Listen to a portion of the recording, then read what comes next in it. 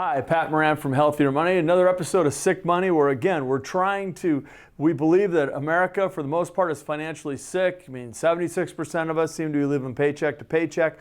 Right now, things are the craziest they've probably ever been. I'm going to talk about that in a minute, but we're really committed to trying to help people maybe interject different ideas to help you with their savings, maybe different strategies you can use to have better portfolio success, maybe looking for ideas just to get started. We've got our Smart Money, our Young Money podcast starting tomorrow with our young group of investors and college graduate. We have a college graduate, someone that's been out for a couple years, and someone that's been out, did the military for about 8 years and just got out. They're going to have a really cool show talking about different perspectives.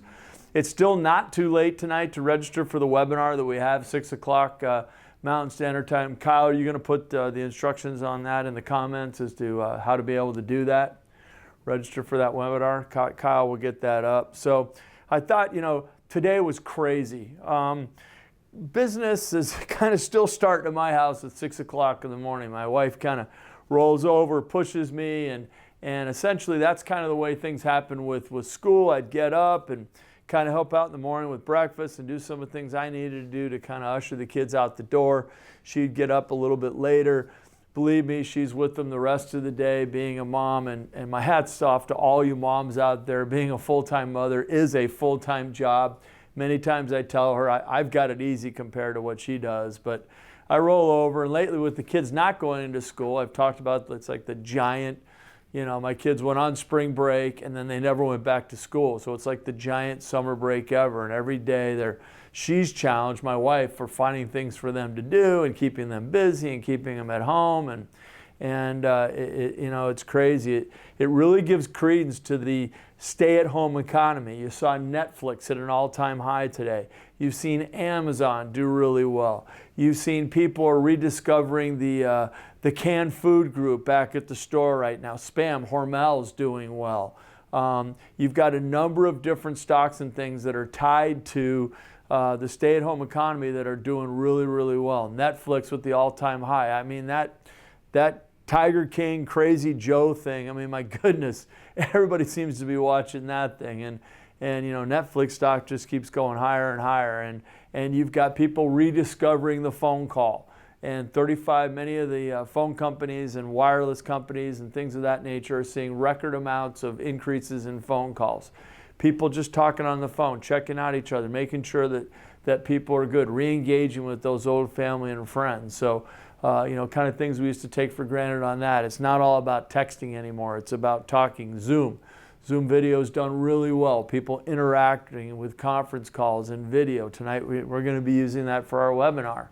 And I know there was some things with security problems, but I think they've done a pretty good job of clearing that up. I watched the CFO this morning talking about what's been going on with their company and changes, and they're really on it. But it just shows you how that stock and that whole technology is really being launched to the forefront. So again, a lot of things that maybe we took for granted that are doing really, really well. The prepared meals, the meals like Nutrisystem, things like that. I mean, things like are just flying off the shelves. I was seeing where Peloton and that's doing really well with stay-at-home exercises and people trying to find different ways to stay active. And Nike's show on Saturdays, their exercise show, going crazy. And I think that probably only leads more credence to how Lululemon will probably explode once this thing's over. I know they're doing well with online sales and things like that, but I think people are really discovering more of the value of working out and doing things like that. So America's changed forever. And on that topic, this morning, lately, since I don't have school anymore, I do roll over and I spend the first hour and a half watching CNBC. I'll probably watch the Today Show to kind of get a snapshot on things. I mean, yesterday I thought it was really cool about how America was coming together in different ways and everybody's really supporting the healthcare workers. And I saw yesterday how it was 50 years ago that Apollo 13, those famous lines that were uttered in the movie, "Houston, we have a problem," and how the whole United States and much of the world came together to see what was going to happen with those astronauts when when they literally had to pack into the lunar module and fly home because the oxygen tanks had broken on on the other vehicle that was going to send them home, and seeing pictures of them trying to figure out the calculations with a pencil and a notepad as far as how to traject around the moon and get it right to come back into the Earth's atmosphere, and just the collective sigh of relief, and how everybody was on the edge of their seats, and that sigh of relief when they made it through, and that 3-minute amount of radio silence, or the 4-minute turned into 5 minutes and then 6 minutes, and they finally were heard, and everybody was really joyous. And I kind of feel like that will happen with the coronavirus and as we come through the other end. But this morning, it just was daunting, the news. I mean, it was terrible. Doug Parker, who used to live here in the Valley, and my kids used to play Little League with them, and was the president of American Airlines at that time, and now he's with American Airlines when they have the merger, and lives over in Fort Worth. He was talking about the fact that their revenues are down over 90%. He was talking about being on that some of their flights are having 4 or 5 people go. Yesterday was one of the worst days ever for air travel in the history of this country in the last 20, 30 years, with only 87,000 people nationwide flying and having gone through the TSA checkpoints. It was crazy. He was talking about the relief package that we got is great, but we have got to get revenues coming back through the front door. And then we're talking about banks, and the big banks had all their sales calls, and the numbers were terrible. Just what was going on with big banks and what was happening there. And then I saw where Professor Dobson, who's out of Stanford, who works, kind of a cool guy. You can look him up on the internet, talking about small businesses, and he consults to 30 or 31 small businesses, and talking about the fact that almost all these businesses applied for the PPE aid, the PPP program, the Paycheck Protection Program, and how only one out of all those companies had gotten a loan. And I told the story where I went to my bank, a small local bank, and the branch manager, a friend of mine, she told me that they'd only approved 2 out of the first 150 loans that they had seen. Most of it's because people filled out the paperwork wrong, and they didn't pay attention to the instructions, but also because of just all the incongruities and inconsistencies and how to fill out the paperwork. What do you need to do? Which way do I follow? Do I follow the SBA website? Does the bank have its own set of criteria? The money's just not getting it to where it needs to be, and how small businesses have said, hey, that's great to have money to help keep my workers and stuff, but it goes beyond that. I have a lot of other expenses associated with my business, and if I'm going to be challenged on how I'm spending that money, and them potentially having to pay it back, or have justice or somebody relook at that loan and tag it and say, hey, you didn't follow by the rules, and we're going to change things on you. All the uncertainties as to what's going to happen. Over 30% of small businesses aren't even applying for it anyways because of all the red tape, the trust. There's not a trust of the government, just the craziness that's going on there. And he went on to say in his report that 28 or 30% of businesses are within 2 weeks of not having enough cash flow to literally survive.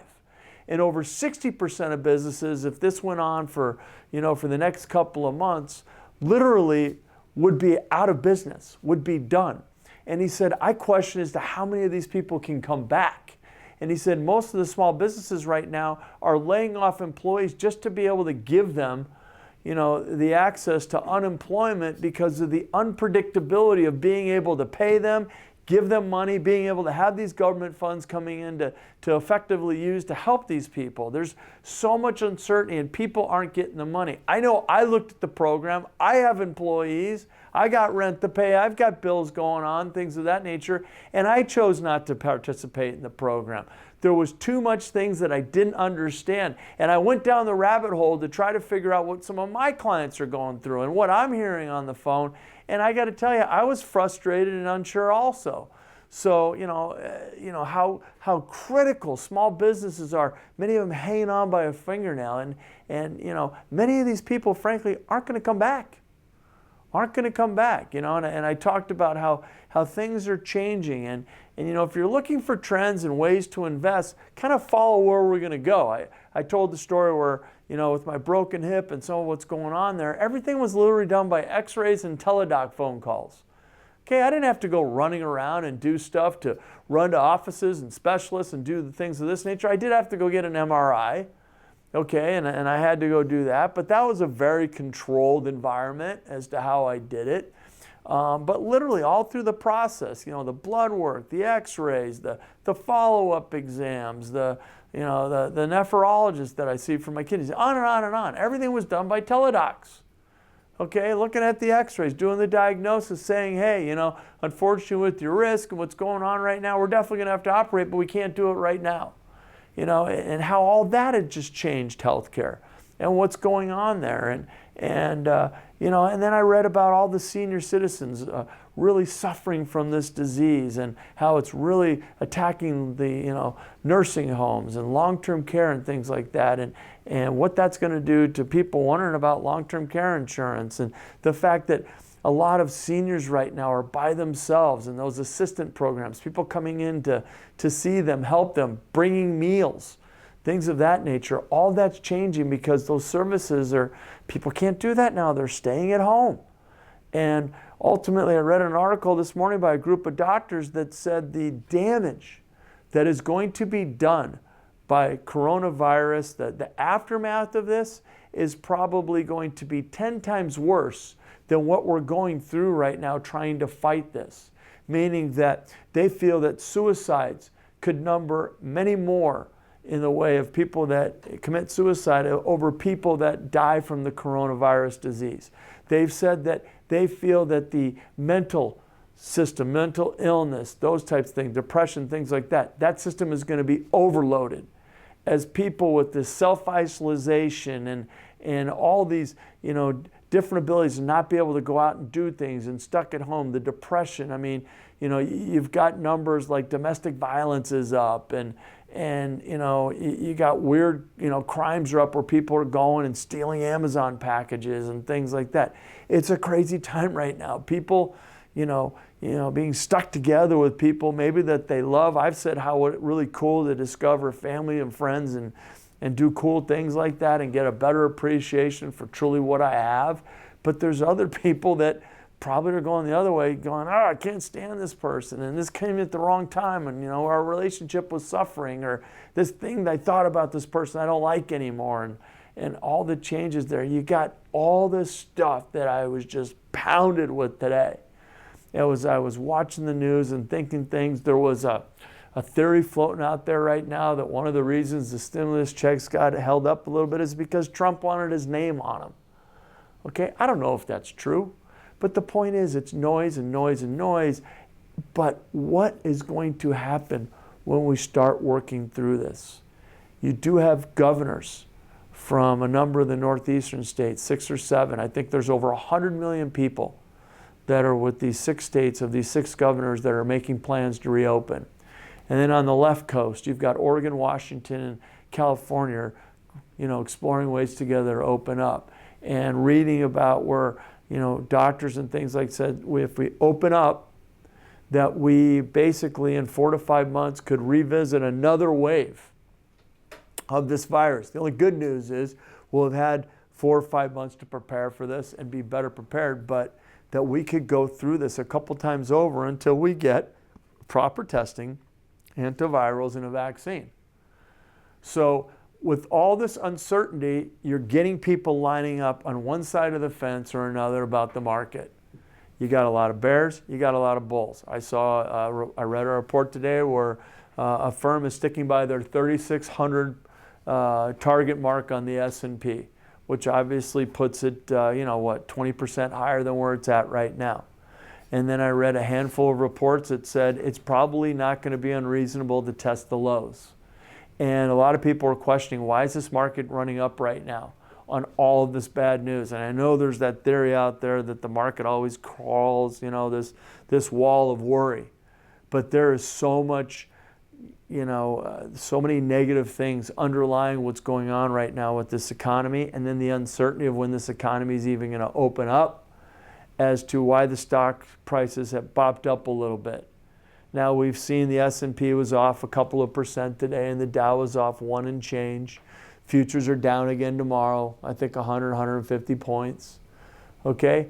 We've seen records amounts of liquidity coming into this market, and you're crazy if you don't think there's going to be prices to pay for that. Whether it's going to be higher interest rates eventually or taxes that we've talked about, there's going to have to be a way to get out of it, either inflating the debt or raising taxes to cover the debt. We went into this thing with the government not even being able to cover their current interest payments on their debt, which was at record high. Now you've got the world or the IMF coming out saying, listen, forget about the recession. We're in a worldwide depression. We blew right through the recession. Bye-bye recession, we're moving right towards depression. And we could end up with 25 to 30 million people in this country unemployed. And what's that going to do to things? That's 25 to 30 million people that aren't spending money. That's companies not seeing earnings coming to their bottom line anymore. That's this economy slowing dramatically. That's many companies saying, forget the guidance we're giving you because we don't know what the guidance is moving forward. We just don't know. How is the market going to price itself on all that uncertainty? Okay, maybe part of why it ran up, I talked about the fact that you had a lot of people shorting the market, which means they're betting on the market going down. But eventually they got to cover those positions to make their money. And when you cover those positions, that creates volume on pushing the market back up. Because I do not think it's the individual investor by any means that's in here buying and pushing things up. So the big question right now is people are wondering who is buying and why? With all this uncertainty, why are they buying? What's driving stocks? I've seen a couple people on the bullish side of the market, and I've seen a ton of people on the bearish side saying we are going to go lower. Some people say significantly lower. If we retest the lows from here, we could be looking at a 20-25% move right back down. And if you think about it, you look in the market over the last 20 years, we've had 3 significant corrections like this that have just wiped out years and years of returns. And you get to the point where you ask yourself, does it make sense to continue doing it the way I've been doing it? The traditional buy and hold. I always joke and call it the buy and pray. I buy my stocks and I pray that things work out. But you got to ask yourself, on seniors on their fixed income or people that have planned their retirement around certain amount of withdrawals from their portfolios. I mean, all these different strategies are out there. All those advisors that seem to get a mulligan every time for losing 10, 20, 30% on your portfolio and telling you it's okay. That's if you even hear from them. There was something out there that said, 45% of people haven't even heard from their advisor through all of this. Okay, but we continue to get a hall pass for what? Losing money? Thinking that's okay? And then paying for that advice? Go out there and look at the results on active management anyways. The results speak for themselves. CNBC, I think, just came out something earlier this year that said 9 years in a row, active managers have underperformed. I got news for you, though. Buying the indexes right now, to me, that old theory of put it in your index funds and you'll be fine, that game has changed. Look at what's in the indexes. Oil companies, oil's at record lows right now. Do you think they're going to be driving a bunch of profits to their bottom line with their margins getting crushed on the price of oil? All right, if you're going to play that game, you better stick with like a Chevron in there. Would I go through and buy the companies that are supplying the oil or the Exxons? I mean, ExxonMobil went to the markets to raise a bunch of money. Okay, you got those in there. Right? You got a lot of hospitality and leisure stocks. Who knows what that looks like right now? I understand beer sales are way up. I understand home video games are way up. And the casino games online and stuff are way up. But what does the cruise industry look like from this? What does hospitality look like from this? The casinos, they'll always do well. Times of uncertainty, people go and put their life fortunes down and, let it ride on red and hopefully make up for that. I guess it's, the way to offset depression or some crazy notion of investing. Why your beer? Your beer stock's going up. Constellation Brands is probably a good stock in all of this. But the reality is you've got so many things in that index anymore that you probably don't want to own. So it's going to become selective investing. Okay? And you need to pay attention. You need to watch what you're doing. If you're buying individual stocks, you better have your stop losses in place, which means as the stock is running up, you're putting in an arbitrary sale to lock in your profits or limit your downside, and you better know what you're doing. I did it for 22 years. Okay? At one point with 1,300 clients. Talk about a nut house. Or you can look at some other strategies to maybe provide some value to your portfolio. Believe it or not, there are some reduced stressful ways to invest. I'm going to talk about one of them right now. Okay? That wealthy and very successful people have used for decades to successfully grow their money. And guess what? Not losing a dime in the stock market or that stock market roller coaster as it's going along. Because I talked about indexing, and this uses that. And one of the things I want to talk about, one of those unconventional strategies, one of those hybrid strategies. Kyle, do you have that slide on hybrid investing, kind of what that looks like? Maybe you can throw that up on the screen. And it really kind of paints a really good picture of the way we're investing. Hey Gumby, I said people feel like this right now, going in all these different directions. But did you put that up? Okay. So essentially, if you're looking at that, what a hybrid asset class does is it kind of mirrors off of these two types of investing. So over to the right, you have the market. And with the market, you're expecting higher returns, but you're going to have higher risk, higher losses. I've talked about in the portfolio, when you're building the portfolio, okay, we really want to keep this part of the portfolio solid. But your growth type investments are going to fit in here, okay? So you're looking that you don't need a lot of some impactful returns to help raise up your entire foundation, but as you're moving up this foundation, so is your risk parameters. You're taking more risk to get quote unquote better returns. The strategy that I'll show you right now is, I think it's interesting. Who says that you have to risk your money to make money, to grow your wealth? This is what we've been taught. All right? But if you're going to have these type of investments, and this is going to be the lion's share of your portfolio, then these things off to the right, you're going to have less predictability. Okay? You're going to have taxes and things associated with that, whether it's mutual funds or if you're buying and selling your stocks. If you're mutual funds, you got your capital gains, you got your income distributions.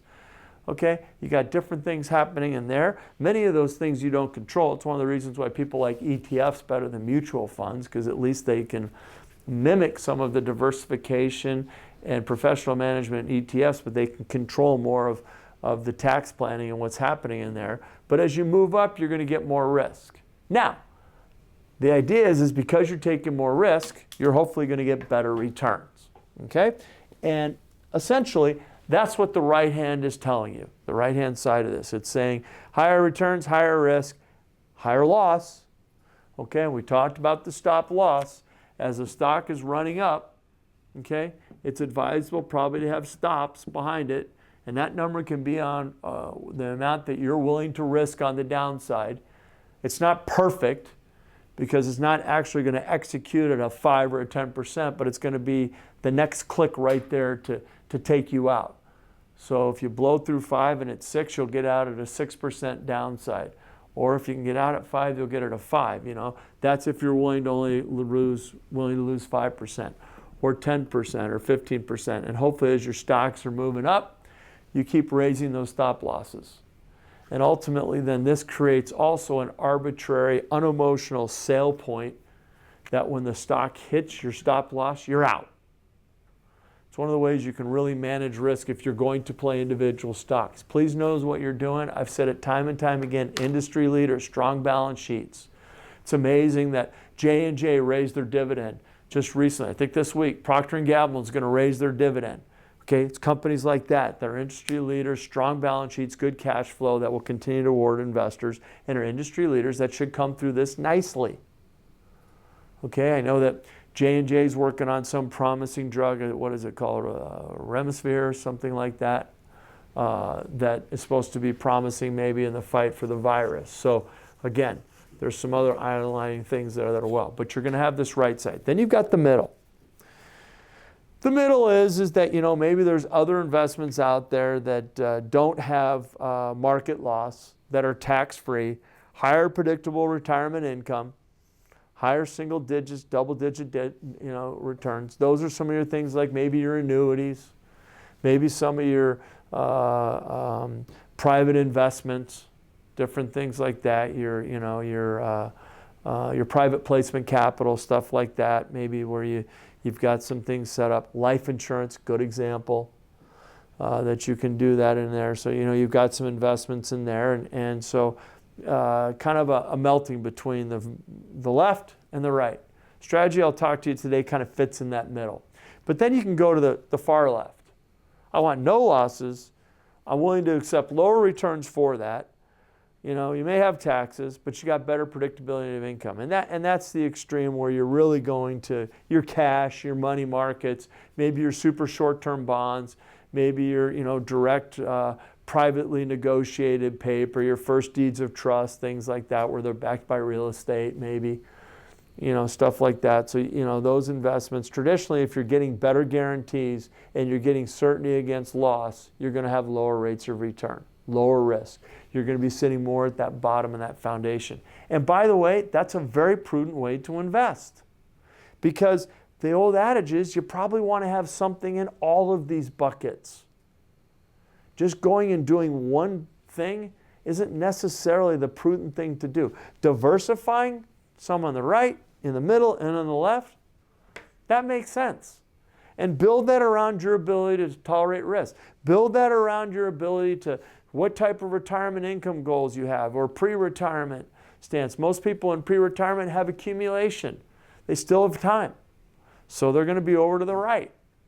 But maybe they're 55 and their dreams are 5 ways right from retirement. So to be all the way over to the right with their money is not going to make as much sense. Maybe they need to start moving a little bit more in the middle. You see that a lot with these target date funds. Those things drive me nuts because they're just based off of 2035. We're going to do this in bonds, this in cash, and this in stocks, and we're going to buy this index, and we're going to buy other funds of another fund you can buy directly. And to me, it doesn't seem like there's a lot of, method in there. Mostly companies put that in there because from an ERISA liability standpoint, if they have that in there, you give that to you as an investment option, it takes some of the onus off of them as far as what they truly have to provide you in the way of investment allocations and things. It's a good thing for them. I don't think it's necessarily a good thing for investors. I just looked at a lady that had about $500,000 in those, and she had been in very respectable companies, target date funds, over these last 6 years. She literally had been averaging a little less than 1% a year. I mean, and come on, okay? I told you should have sat in a money market rather than taking all this risk. Now, admittedly, some of the pullback that we just had hurt her and knocked performance down substantially, but still, when I added that back in, she was about 2.5% to 3%. Nothing to write home about. Bunch of bonds in there right now. She's getting closer to retirement. You know, I wouldn't own bonds right now at all. Ray Dalio, the largest hedge fund manager in the world, Bridgewater Capital, that's, kind of what he built, says right now it's ludicrous to own bonds. With all the craziness in the central bank and interest rates dropping and all the unpredictability and, the currencies and things like that, why would you want to own bonds? He said, if I have to own a bond, it's going to be on the corporate side maybe. I'm going to own gold, maybe some stocks, and I'm going to keep my powder dry. So let's talk about an asset class maybe that will work. So we've given you kind of what a hybrid asset is. And listen, I talk about it, and I've talked about it before, and I'm going to talk about it again. Life insurance. Ooh, scary word. Life insurance. Okay?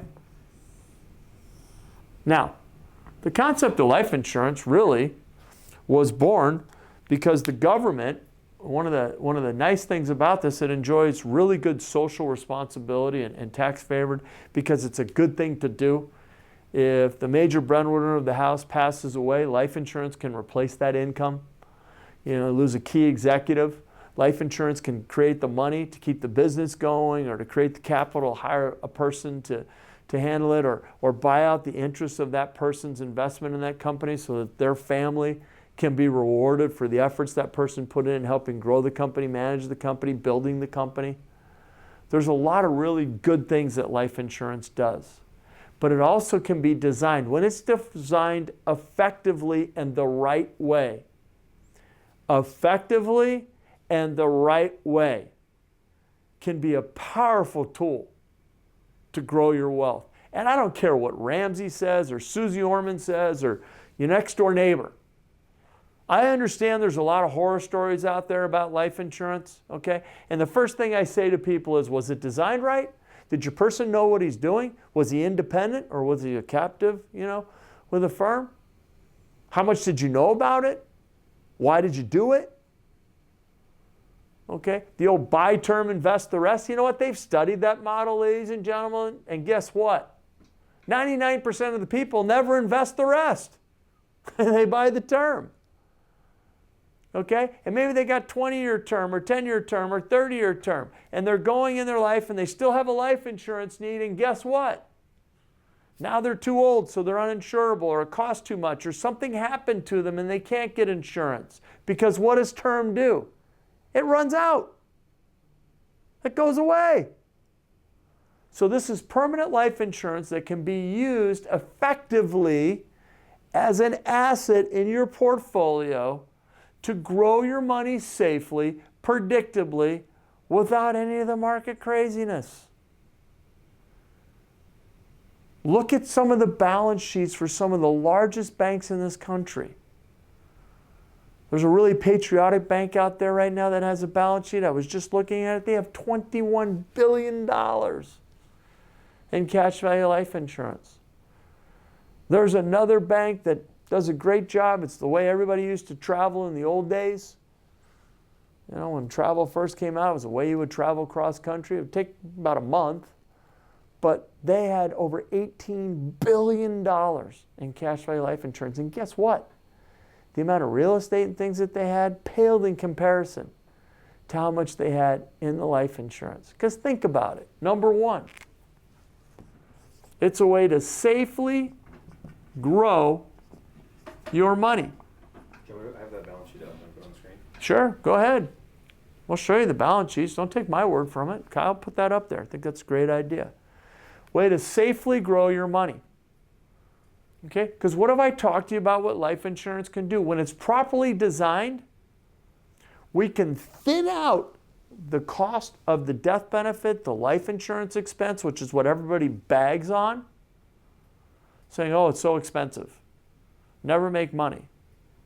Okay? And I'm not talking about whole life insurance. I'm talking about a different kind of life insurance.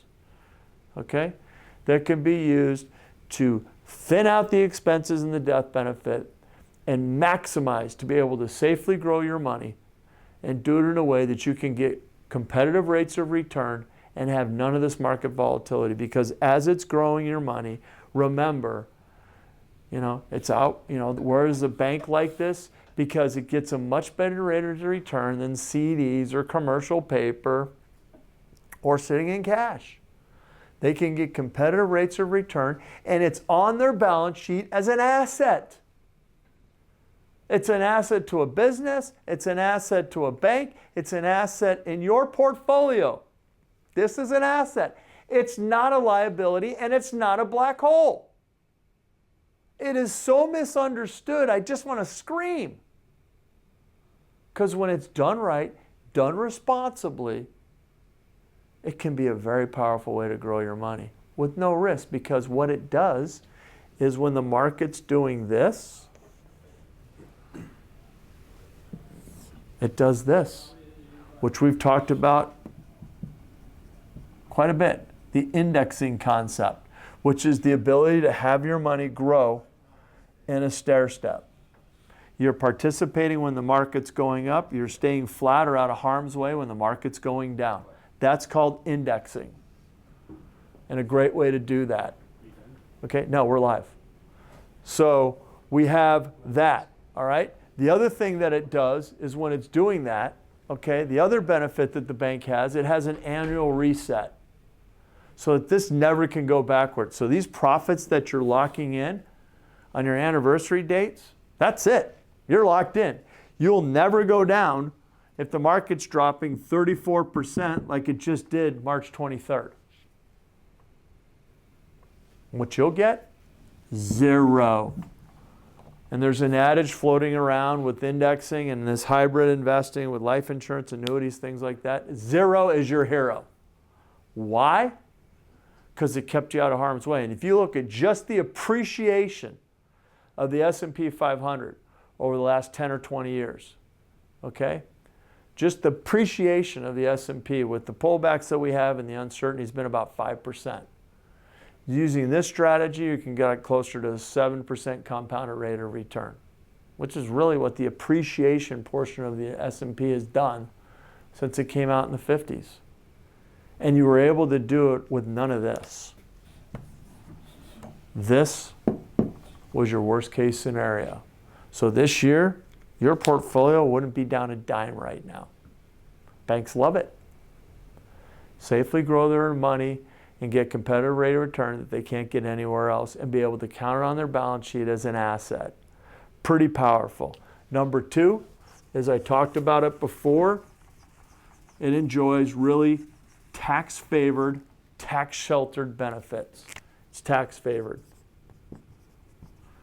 When it's designed properly and we can crank a bunch of cash in there, all that money grows on a tax-free basis and could be borrowed out tax-free. And that distributions, especially if you're retirees, don't count against Social Security tax or increasing Medicare premiums. No and no. It truly is tax-free.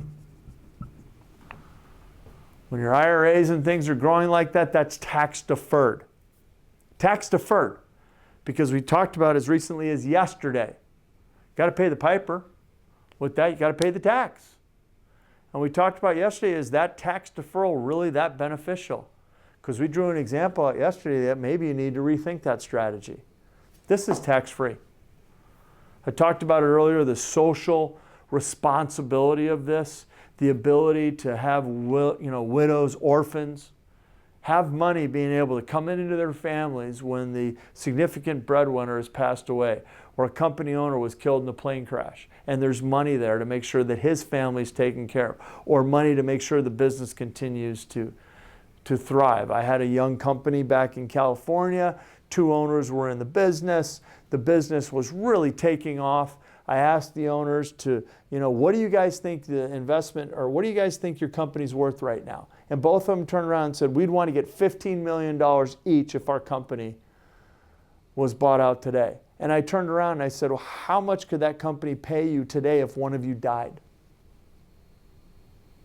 And they both turned to me and said, I don't know. I guess we could borrow, get our hands on cash, whatever, maybe $2 million. I was able to show them using life insurance how we easily could replace that $15 million to make sure that they were covered. And I was able to show them as to how I could create an asset for the company and a mechanism that they could borrow against, because you can use this money and borrow it, and they could use this money to finance some major purchases that they otherwise were going to go out into the marketplace to borrow and pay interest. We were able to show them effectively how they could do this. It's truly tax-free. So for the bank, it's a tax-sheltered asset. For you, it's a tax-sheltered asset. Pretty nice. Okay? The other thing that it does is it's liquid. When it's designed properly, there's a lot of liquidity. And this, folks, is where people get hung up and they miss the boat. Because you see, they say, oh, it's not liquid. I got to fund it for a bunch of years before I get benefits. I can't get my money out. That's just a bunch of bull. You can get your money out, and when it's designed properly, we show it as an income enhancer. a tax-free income enhancer, a tax-free liquidity play for clients. Show them the ability to get money out of the policy. One of the knocks is I got to pay into this policy for X amount of years before I get money out of it. And you know what I tell them? I said, what's the biggest investment you have right now? And about 90% of the time people will say their house. Okay? And I say, you're making payments on that house right now, right? Okay? And I'll say, how much equity did you build into that house in the first 5, 10 years? And most of them will say, a little bit. Certainly in the first 3 or 4 years, most of my payments were just, interest. Wasn't really paying down my principal. It wasn't until later on that I really started seeing my, my principal get paid down, or, the market went up a little bit, so my house has done well.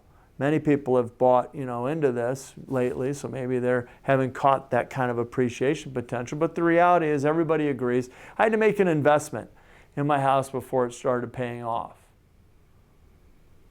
All right? Same thing here. You're making an investment in it, but that short-term investment has enormous long-term benefits for you. Because once we get to reducing the death benefit, which we can show you how to do that quickly, and thinning out the expenses, you have massive access to tax-free liquidity to get your money. And by the way, you can still get your money if you need it. And it's the only investment that I know, while you're using your money, doesn't create additional tax problems for you. It's not considered to be an income stream when you take money out, or you've built money over the long term and use it as an income enhancer. It's tax-free. But you can also earn interest on the money that you've taken out. The potential arbitrage, which wealthy investors and successful investors have used for years, has been tremendous. You're arbitraging your house. You're putting money into this fixed asset that's going to create leverage for you to have wealth that accumulates or to borrow against. Okay, got to pay interest, or things of that nature. Here you don't. And we've been able to show people that positive arbitrage, that ability to pull your money out and still earn interest, can be as much as 3 to 4% more a year, tax-free. Tax-free. So the banks have a liquid asset. It's considered to be, by the way, Tier 1 capital on their books. The safest of safe capital. Why? Because they can also get their hands on it whenever they need it. We can go down the rabbit hole and explain, this lack of having access to my money and all these sales charges, and it's so expensive and blah, blah, blah. I'll show you over a 20-year period, when it's designed properly, it's about 1% a year. You're paying that right now, most of you, just to have your funds managed by somebody that maybe saved you instead of a 30% downturn in the market, losing 20 or 10. And that's acceptable? Won't lose a dime here. Think the bank's going to do this to lose money? Heck no. Heck no. That's why they have 21 billion or 18 billion on their balance sheets, or billions and billions more. 22 billion. I stand corrected. All right? I talked about number 4. What a great way to protect your key people. The ability to make sure that if, gosh forbid, something happened, in the bank with the key officers, those decision makers, making sure that they're insured. So that if something happens and, they're killed in a plane crash, or many of these policies carry provisions to let you use the death benefit if you got sick or hurt. You want a long-term care solution? What about a non-deferred or non-qualified? Yeah, and we've got, that's my last point. Quit stealing my thunder there, Kyle. Everybody in the office, I'm stuck with you today. But no, the reality is that key person benefit is enormous. The ability to protect the business, protect the cash flow, protect the viability of the company. Okay? And the ability for people to have access to that money along the way. Protects families, businesses. I've talked about that. And I can design it to where people hate paying for long-term care insurance because they're paying for something they may or may not use. I find it ironic that we pay for car insurance that we may or may not use. We pay for home insurance that we may or may not use. What is it, 1 in 1,000 your house is going to burn down? You know, but, you know, it's crazy here because, you know, with this type of solution, we can have long-term care covered. And if we use it, great, it's there. If we don't, the asset still provides a benefit, whereas car insurance and homeowners insurance don't. And this asset can be designed to handle so many different investment objectives, and it can do it with no risk from the stock market dropping. Zero. And we can still get professional money management. We've got access to many money managers, JP Morgan, Fidelity, Goldman Sachs. There's all kinds of people that manage these monies to grow your money successfully. And then lastly, to Kyle's point, is the beautiful thing and why banks really like this is the funding limits on these things are amazing. The amount of money you can stick into these. That's why a lot of higher net worth people love them.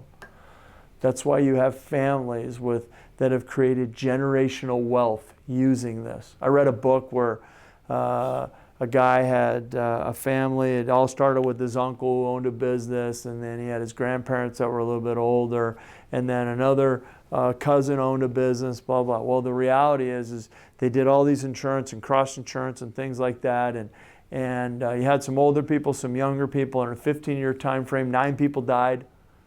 You had, you know, things like that. But yet using this strategy, they put together about $12 million in life insurance and permanent life insurance, and they were able to create a family generational worth of $168 million from essentially those 9 people dying. And I think there was another 6 people that got long-term care along the way, and they had hundreds of thousands of dollars to make sure that they were taken care of properly. It just allows you to make the decision because it's home health care, it's nursing home, it's bringing someone in to help me. You can use, it's your money. You can use it for a variety of different things. And there was still a benefit at the end of it all that went to the heirs. Does auto insurance pay you at the end of it all if you don't use it? You have something to go down to the kids? Homeowners insurance do that? Something that's going to pass on to the next generation? No. This does. So these funding limits allowed people to crank a ton of money in there. You know, a lot of people can't do Roth IRAs. They blow through the income limits, or IRAs, or put a lot of money in their 401ks. So you've got something like this that acts like that type of an investment, but instead of the tax deferral that most of us are faced with, this is tax-free. It's the greatest tax loophole that nobody knows about. And the ability for these people to have generous contribution limits and be able to really do significant things for themselves in the way of retirement, family protection, family legacy, you know, growing their assets pre-retirement. You know, it can be designed with a company to get, you know, tax benefits, tax deductions. It's an amazing tool that when it's used properly and designed properly can provide exponential benefits. And I would never ever get the phone ringing as to why my portfolio lost 34%. And the question of, why didn't you call me? Why am I doing this again? Is this 100% of your portfolio? No, but we talked about it before. We showed you having some money in growth, having some money in the middle, like an IUL, an index universal life. I don't do variable life or whole life, but I like index universal life when it's designed properly. It gives me the flexibility to do some neat things for people. And then over to the left, my cash value investments, my short-term type things, those things I want to have more guaranteed. Portfolio designs, all those. I've talked about the design. And I would consider to be the insurance strategy to live down here. Lower risk, potential for great returns, that are tax-free. So, remember, we're trying to share ideas with you. This is just one idea that most people maybe have heard about. Maybe they've done and had a bad taste in their mouth. Maybe they want to do it and don't know what to do. Maybe they want stuff on how to do it. There's great ways that you can take your qualified plans right now, reposition them in life insurance, and make them tax-free for the rest of your life, and still pass on a legacy to your kids and your grandkids, or, you may not like your kids, but we all love our grandkids, or your charities. It's unbelievable what you can do with it. But if you're going to do this, and you're going to continue to go down the same rat hole and do the traditional way of doing things over and over and over again, you're going to get the same results. And 3 times in the last 20 years, we've had major corrections that have wiped out literally years and years of growth. This doesn't do any of that.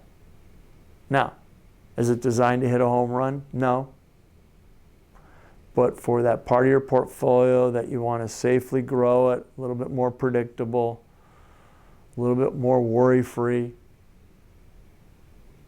tax favored, be able to really put some money away, do some neat things with, it clicks a lot of boxes.